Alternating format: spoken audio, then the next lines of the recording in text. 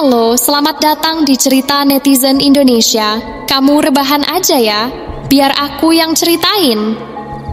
Gimana rasanya kalau yang seharusnya patroli keamanan malah berujung ketemu sesuatu yang nggak bisa dijelaskan? Sosok misterius ini bukan sekadar pekerja biasa, tapi juga bukan manusia. Apa yang sebenarnya terjadi di lantai 36? Kenapa dia bisa nembus tembok? Siapkan nyali kamu, karena cerita ini bakal bikin bulu kuduk merinding. Jangan lupa like dan subscribe, karena semakin banyak yang mendengar cerita ini, semakin dekat kita dengan jawaban dari misteri ini.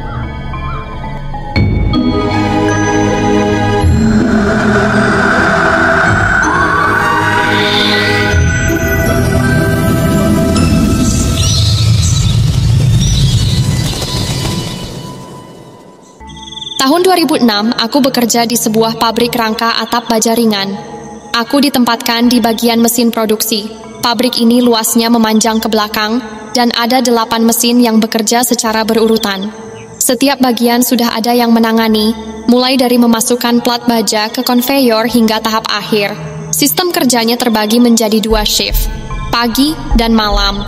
Saat masih masuk shift pagi, semuanya terasa normal. Tapi begitu masuk shift malam, sesuatu yang nggak bisa dijelaskan mulai terjadi.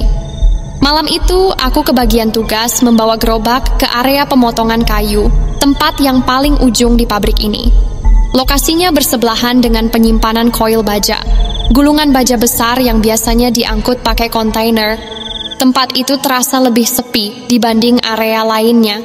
Begitu sampai, tiba-tiba ada aroma melati yang sangat kuat. Waktu itu sekitar jam 11 malam. Aku sempat berpikir, kenapa di area pemotongan kayu ada bau melati?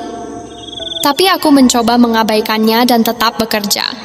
Aku mulai mengukur dan memotong kayu sesuai ukuran, lalu menyiapkannya untuk proses packing. Setelah semuanya siap, aku angkut kayu itu ke gerobak dan mendorongnya kembali ke ruang produksi. Sampai di sana, aku cerita ke teman kerja, tadi di tempat potong kayu ada bau melati loh. Temanku hanya menatap sebentar dan menjawab santai, udah biasa itu, nggak usah dipikirin. Aku mencoba nggak ambil pusing dan melanjutkan pekerjaan. Saat shift malam, ada 2 kali istirahat, jam 12 malam dan jam 3 pagi. Biasanya, sebelum istirahat, kami mendata pesanan makan.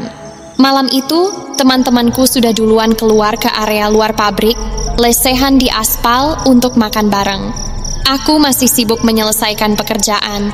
Aku pikir lebih baik aku beresin dulu biar nggak numpuk nanti. Tapi teman-temanku malah ninggalin aku sendirian di dalam pabrik yang sudah mulai gelap.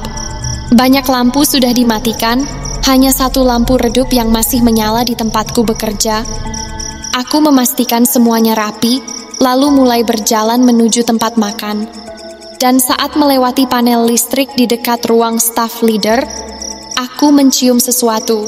Bukan lagi bau melati, tapi bau jenazah yang baru dikafani. Langkahku langsung terhenti, napasku tercekat. Bau itu begitu menyengat, menusuk hidung, bikin perut mual. Aku menoleh ke kanan, ke kiri, kosong, ruangan itu sunyi. Hanya ada dengungan mesin yang masih menyala di kejauhan. Jantungku berdegup kencang. Dalam hati aku bergumam, apa ini? Kenapa baunya kayak gini? Tanpa pikir panjang, aku mempercepat langkah. Begitu sampai di tempat makan, teman-temanku langsung menyambut. Lama banget sih, dari tadi ditungguin. Aku masih kepikiran bau itu. Dengan wajah agak pucat, aku cerita ke leader kami. Pak, tadi pas lewat panel listrik, saya nyium bau aneh. Kayak bau jenazah baru dikafanin. Leaderku cuma nyengir. Udah, biasa itu. Saya juga pernah nyium bau yang sama. Nggak usah dipikirin. Aku mencoba makan, tapi rasa enek masih tersisa. Bau itu masih terasa seolah-olah menempel di hidungku. Makan malam yang biasanya nikmat, jadi nggak selera sama sekali. Dan saat itulah aku akhirnya tahu, di area pemotongan kayu, dulunya ada kuburan massal. Beberapa bagian sudah diuruk, tapi ada juga yang masih tersisa kerangkanya di sana. Langsung aja ditiban sama pabrik, begitu aja, pantas saja. bau melati, bau jenazah, semua mulai masuk akal. Menurut orang-orang yang lebih lama bekerja di sana, kejadian seperti itu sudah biasa. Kadang ada suara langkah kaki di lorong kosong, ada bayangan yang melintas di depan mesin yang sedang berjalan, atau suara bisikan di dekat telinga saat sendirian. Tapi yang paling seram, ada beberapa pekerja yang mengaku pernah melihat sosok berdiri di ujung area pemotongan kayu, sendiri, tanpa wajah, hanya bayangan yang mengawasi. Jadi malam itu seperti biasa, kami sedang bekerja di pabrik. Waktu istirahat selesai, dan leader langsung teriak, "Ayo lanjut kerja lagi." Ya sudah, aku dan teman-teman balik ke posisi masing-masing. Ada 8 orang yang berjaga di setiap bagian mesin, termasuk aku. 2 jam berlalu, stok kayu mulai habis. Itu artinya aku harus ke area pemotongan kayu lagi. Kali ini, aku sendirian. Dalam hati sudah was-was, tapi mau bagaimana? Kerja tetap kerja. Awalnya, semuanya berjalan normal. Bau kayu, suara mesin bekerja, tak ada aroma aneh. Aku mulai memotong kayu, suara gergaji bergema di ruang kosong itu.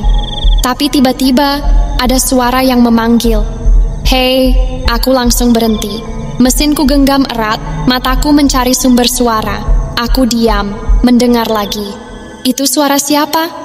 Suara itu datar, tapi bergema seperti datang dari balik tumpukan kayu. Aku masih berpikir positif, mungkin teman-teman iseng.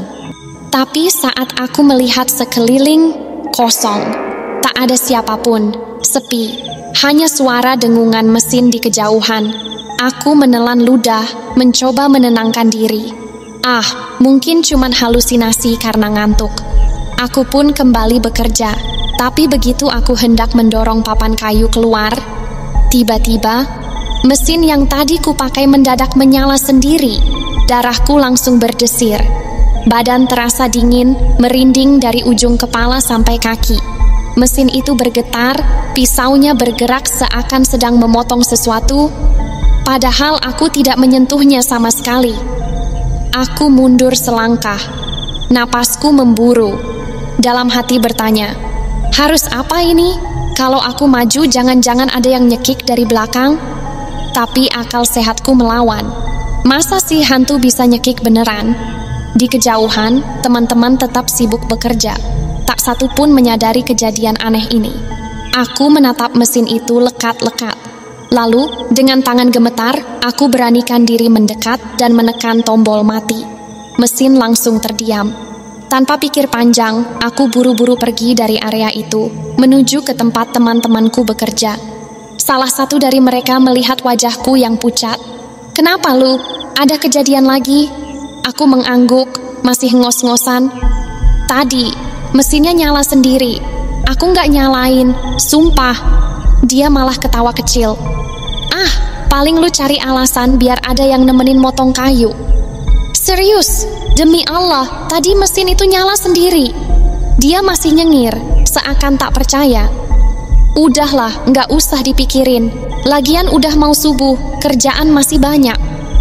Aku hanya bisa menghela napas. Mau diceritakan ke siapa lagi? Akhirnya aku tetap bekerja sampai azan subuh berkumandang. Kami salat dulu, lalu pulang.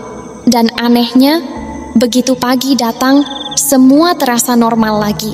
Seolah-olah kejadian semalam tak pernah terjadi. Puncaknya terjadi di tahun ketiga. Malam itu, setelah shift selesai, bukannya langsung pulang seperti biasanya, aku malah mampir ke pos satpam. Entah kenapa, ada rasa penasaran yang nggak bisa aku jelasin. "Pak, lagi banyak kerjaan nggak?" tanyaku sambil duduk di kursi kayu di depan pos. Satpam itu melirikku heran. "Tumben nggak langsung pulang. Ada apa?" Aku ketawa kecil, berusaha sok santai. "Mau nanya aja, Pak. Kemarin pas motong kayu, kok mesin bisa nyala sendiri, ya?" Satpam itu malah nyengir. "Di ujung sana, kan?" Aku mengangguk. "Iya, di area pemotongan kayu."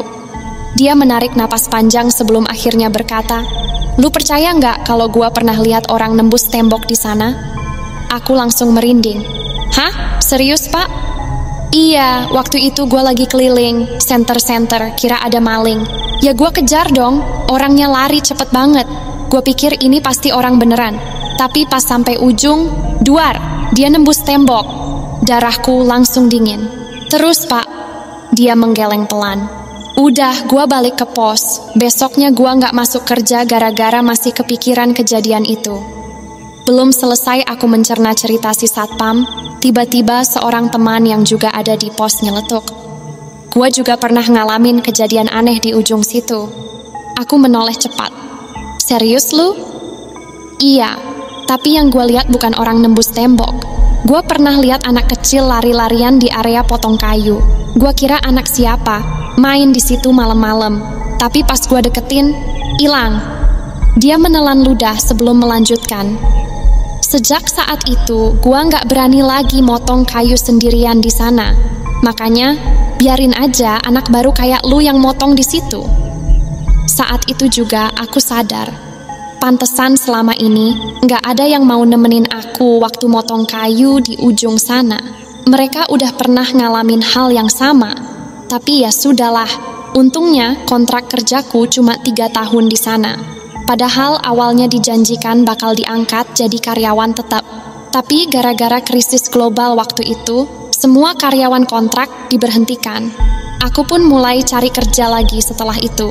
Tapi satu hal yang nggak pernah berubah, setiap kali aku ingat kejadian di pabrik itu, bulu kudukku masih berdiri. Jadi, kalau kamu kerja di pabrik dan ada area yang kerasa nggak beres, jangan nekat sendirian. Siapa tahu, kamu bukan satu-satunya yang ada di sana. Jadi, menurut kalian, siapa sebenarnya sosok yang saya lihat di lantai 30? Apakah ini arwah pekerja lama atau ada hal lain yang lebih menyeramkan? Coba tulis pendapat kalian di kolom komentar. Jangan lupa like kalau cerita ini bikin merinding, share ke teman-teman biar mereka juga tahu, dan tentunya subscribe ke Cerita Netizen Indonesia buat cerita horor lainnya. Sampai jumpa di cerita selanjutnya. Kamu rebahan aja ya, biar aku yang ceritain.